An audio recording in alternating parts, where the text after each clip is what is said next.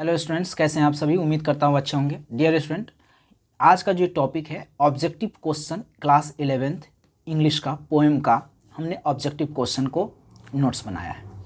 आप लोग अगर 11th क्लास में होंगे, चाहे वो साइंस के स्टूडेंट हो, कॉमर्स के स्टूडेंट हो या आर्ट्स के स्टूडेंट हो, रेनबो बुक तो आपको पढ़ना ही है। और रेनबो बुक में प्रोज और पोएट्री दो को सेक्शन पढ़ना होता है, जिसमें हमने पोएम चैप्टर में पोएम के साइड जितने भी चैप्टर्स हैं उन सब का ऑब्जेक्टिव्स क्वेश्चन रखा हूँ चैप्टर वाइज, और डिटेल में इनको बनाऊंगा और इसका आंसर भी साथ साथ आपके साथ रहेगा। ठीक है, तो चलिए मिलते हैं। रविंद्रनाथ टैगोर रविंद्रनाथ टैगोर कौन थे?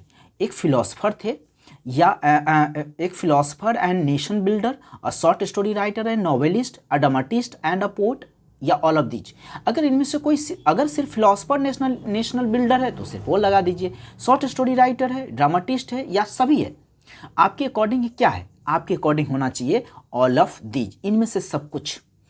ठीक है, नेक्स्ट क्वेश्चन है, the songs of Gitanjali are mainly dot dot poems in Indian tradition. तो ये जो गीतांजलि का जो सॉन्ग्स है ये मेनली किस पोम कह रहा है कि इन इंडियन ट्रेडिशन किसकी बात कर रहा है? यहाँ डिवोनेशनल या इलेजिक या लव या किस चीज़ का? तो ये बी नंबर ऑप्शन आपका सही है। नेक्स्ट क्वेश्चन है कि where the mind is without fear is from. Third number question है, where is the mind is without fear is from. ये कहाँ से लिया गया है? English version of Gitanjali, English version of Swadesh, या बंगाली वर्जन ऑफ राधा कृष्ण, या नॉन ऑफ दीज। इनमें से आपका सही आंसर होगा A, English version of Gitanjali. Next question है, the poets wants the words to come from the depth of spirit, the depth of inner heart, the depth of truth, या the depth of psychology. तो आपका ये answer यहाँ होगा C number, the depth of truth, इसका सही answer है। Next question है आपके सामने, tireless striving means. Tireless striving का मतलब क्या होता है कि the search for perfection always continues, the search for perfection never continues, या फिर the search for perfection never cases, या search for perfection is a continuous। कौन सा ऑप्शन आपके हिसाब से सही है? ये C option, the search for perfection never ceases, ये ऑप्शन आपका सफिशिएंट। अगर चैप्टर पढ़े होंगे तो आपको डिटेल समझ में आ जाएगा। 6 नंबर क्वेश्चन है आपका, which collection of poems by Tagore is, है ना, कह रहा है primarily intended from for children. Gitanjali, crescent moon, the gardener, the poet office and other poems. इसका आंसर क्या होगा आप लोग बताइए? इसका आंसर बी नंबर होगा, the crescent moon. Tagore draws most of his imaginary from dot dot dot. Next question है 7 number, Tagore draws most of his imaginary from dot dot dot. कहाँ से लिया गया है? Indian mythology, Indian history, Hindu religion, या Indian psychology and spiritualism. तो इसका answer होगा 7 नंबर का डी, कि जो टैगोर ड्रॉज करते हैं इमेजिनरी फ्रॉम इंडियन फिलॉसफी और स्पिरिचुअलिज्म से। ये हो गया। 8 नंबर क्वेश्चन है, what is another title of the poem where the mind is without fear. इसका सही आंसर होगा कितना है? 8 नंबर। इनका सही आंसर होगा, आप सुनिए, द प्रेयर, या the ideal country, the freedom state, या द हेवन ऑफ फ्रीडम, तो the heaven of freedom. Next option question number 9 है, the poem where the mind is without fear is taken from. ये जो line मैंने बोला ये कहाँ से लिया गया है? The collected poems, the gardener, Gitanjali, या क्रिसेंट मून। ये क्वेश्चन लिया गया आपका गीतांजलि बुक से, ये लाइन उठाया है, where the mind is without fear. Next question है 10 number, in this poem reason is compare to mountain, lake, river, या सॉवर। तो इसका आंसर होगा 10 नंबर का सी, आपका रिवर। 11 नंबर क्वेश्चन है, the dead habit is compare to an, A या an, sand होगा, या डिजर्ट होगा, या ऑसिस होगा, या नॉन ऑफ दीज। इनमें से कौन सा ऑप्शन सही है? तो डिजर्ट ऑप्शन आपका करेक्ट है। Question number is 12, the clear stream of reason loses its way into. इसका आंसर क्या होगा? ऑप्शन है the sand of ancient habit, the sand of dead habit, the sand of desert, the sand of river. इसका सही option क्या होगा? इसका सही ऑप्शन होगा the sand of dead habit. Right है। आपका जो वीवीआई क्वेश्चन होगा ऑब्जेक्टिव, मैं टोटल ऑब्जेक्टिव वीवीआई क्वेश्चन लेकर के आया हूँ इस चैप्टर से, पोएम का फर्स्ट चैप्टर जो है। 30 नंबर क्वेश्चन है dead habit according to poet means changing habit, unchanging habit, good habit या बैड हैबिट। इसका सही आंसर होगा अनचेंजिंग हैबिट।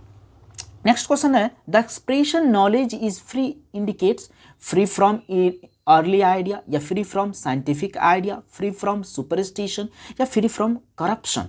तो इसका सही ऑप्शन होगा free from superstition. Next question है 50 number what does the country refer to in the following lines into that heaven of freedom my father led my country away। तो इसका answer option है England, America, रसिया और India. तो इसका सही option होगा India. कहाँ से है? तो इंडिया से है। नेक्स्ट क्वेश्चन है the expression head is held high indicates option A में freedom of mind and self respect, next option freedom of self respect, C option freedom of mind, D option none of these. इसका सही answer होगा 16 का A freedom of mind and self respect. Dear student, VVI question है objective जो इस chapter से निकाला जा सकता था। मैंने टोटल कर दिया 38 है। देखने में सुनने में लग रहा होगा बहुत लंबा है, लेकिन ये जरूरी भी है। Next question dot the world has not been broken up into fragments by narrow. Option है डोमेस्टिक वॉल्स या प्राइवेट वॉल्स या डोमेस्टिक बाउंड्री या नॉन ऑफ दीज। तो इसका सही आंसर होगा डोमेस्टिक वॉल्स। नेक्स्ट क्वेश्चन है कि domestic walls are raised because of man's, किसके कारण? तो ब्रॉडनेस के कारण, इंटेलेक्ट एंड फॉरसाइट या सी ऑप्शन में है ग्रीड फॉर नॉलेज या डी में सेल्फिशनेस एंड नैरोस। कोई एक तो सही होगा। तो इसका सही आंसर होगा D number selfishness and narrowness की वजह से। नेक्स्ट को ऑप्शन है आपका 90 number question the narrow domestic walls क्या है? ऑप्शन नंबर ए में breaks a society into fragments, B में break a nation into fragments या break a world into fragments या ब्रेक कम्युनिटी इनटू फ्रैगमेंट्स। इसका सही ऑप्शन होगा 19 का B option break a nation into fragments. जितने भी वीवीआई क्वेश्चन हो सकता है ऑब्जेक्टिव इस चैप्टर से, यानी कि 11th क्लास के इंग्लिश के फर्स्ट चैप्टर से पोएम का, वो टोटल मैंने इन्वेल्ट कर दिया इसमें। By domestic walls the poet means क्या? सिक्रेशन अप्रोच द पीपल या selfish approach of the people या utilitarian approach of the people या इकोनॉमिक अप्रोच द पोएम। क्या सही होगा? इसका सही ऑप्शन होगा हाँ ए नंबर, है ना। नेक्स्ट क्वेश्चन है 21 man's mind should be led forward into ever widening. Option number A thought and plan या broadness of mind, universe and thought of action. इनका सही ऑप्शन क्या होना चाहिए? इनका सही ऑप्शन होगा D thought of action, thought of action. 22 का क्वेश्चन है whom does the world father refer to in this poem। इस पोएम में किसको रेफर कर रहा है वर्ल्ड फादर के तौर पर? गॉड को या महात्मा गांधी को या प्रेसिडेंट का या पोइट्स फादर का? इनमें से कौन सा ऑप्शन सही है 22 में? ए नंबर गॉड को। नेक्स्ट है 23 narrow domestic walls are the wall of discrimination on the basis of, किसके आधार पर डिस्क्रिमिनेशन की बात कर रहा है? कास्ट, क्रीड एंड कलर या प्रेस्टीज एंड मनी या थॉट्स एंड एक्शन या स्टेचर एंड द रिपुटेशन। कुछ एक तो ऑप्शन सही होगा। तो इसका एक्शन डिस्क्रिमिनेशन वाली बात होगा। जब भी डिस्क्रिमिनेशन की बात करता है ना देश में, तो समझ जाना कास्ट, क्रीड एंड कलर की बात कर रहा है। ठीक है जी, आगे देखो where the mind is led forward by thee who is addressed here. तो God, heaven, spirit of the nation, God और स्पिरिट ऑफ द नेशन। कोई एक ऑप्शन तो सही होगा। तो डी ऑप्शन आपका सही है, गॉड और the spirit of the nation. Guys ये सब 11th क्लास का पोएम का एक एक चैप्टर का क्वेश्चन और आंसर टोटल है। हाँ, मैं 12th क्लास के कहोगे कमेंट में तो 12th क्लास का भी मैं ऑब्जेक्टिव बना दूंगा एकदम चैप्टर वाइज। अगर पीडीएफ चाहिए तो मैं पीडीएफ भी सेंड करवा दूंगा, आपके व्हाट्सएप पर भेज दूंगा। ठीक है जी। नेक्स्ट क्वेश्चन है 25 का the heaven of freedom refers to the poet's dot dot dot. क्या लगेगा इसमें ऑप्शन? होमलैंड या नेटिव लैंड या ड्रीम लैंड या फादरलैंड। कोई एक तो सही होगा आपका। तो इनका सही है आपका ड्रीम लैंड। ठीक है जी। The poet prays to God to lead our minds. क्या होगा? To God, to thought, to action into ever winning thought and action. कौन सही है आपका? 26 में डी ऑप्शन। ठीक है जी। According to poet, man should all the time work for head, beauty, arms या परफेक्शन। कौन सा ऑप्शन सही है जी? 27 में D option, perfection. Next question है, the poet evokes the mind without fear to attain strength, attain energy, attain freedom, attain success. कौन सा ऑप्शन सही है आपका? C, attain freedom. राइट ना। Next option, the poet wants the country to B story, B में United, सी में bold, D में none of this. कौन सा ऑप्शन सही है आपका? तो ये आपका ऑप्शन बी नंबर सही है, United. Next question, which of the following aspect is reflected in the poem, है ना। तो पैट्रियोटिक ए ऑप्शन, बी में है इंपीरियलिस्टिक, सी में एंटी नेशनलिस्ट और डी में है नन ऑफ दिस। कौन सा ऑप्शन सही है भाई 30 का? तो इसका आंसर सही होगा पैट्रियोटिक। अब यहां देखिए 31 में, 31 का क्वेश्चन है, the poet wants his country mean to live with. Poet wants क्या चाहती है? His country mean to live with. Self respect चाहती, डिग्निटी चाहती, ऑनर या कॉन्फिडेंस।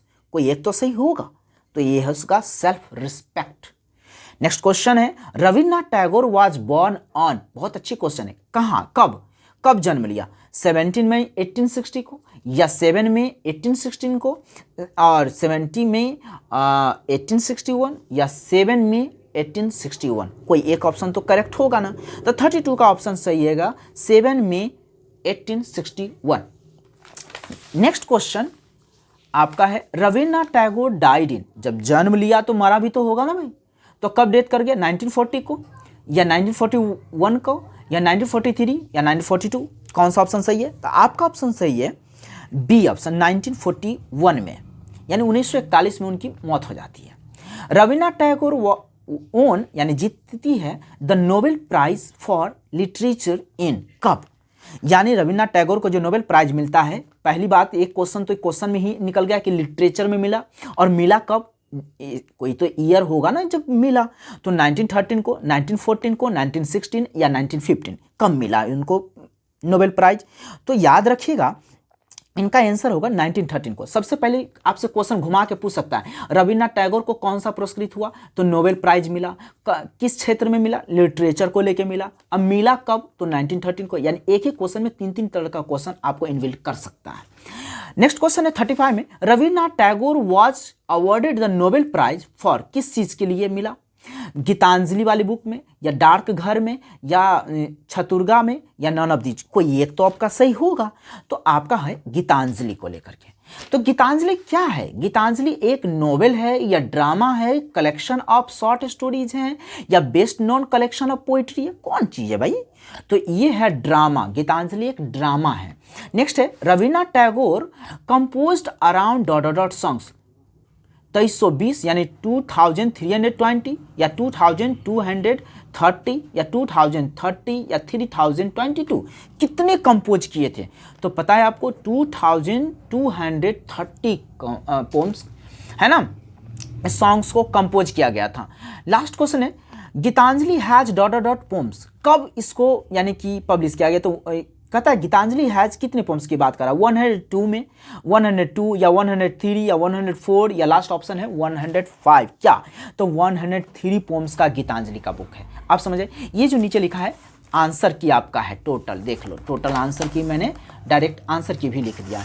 डियर स्टूडेंट, ये मात्र 14 मिनट्स का वीडियो में मैंने आपको कंप्लीट कर दिया एक चैप्टर का।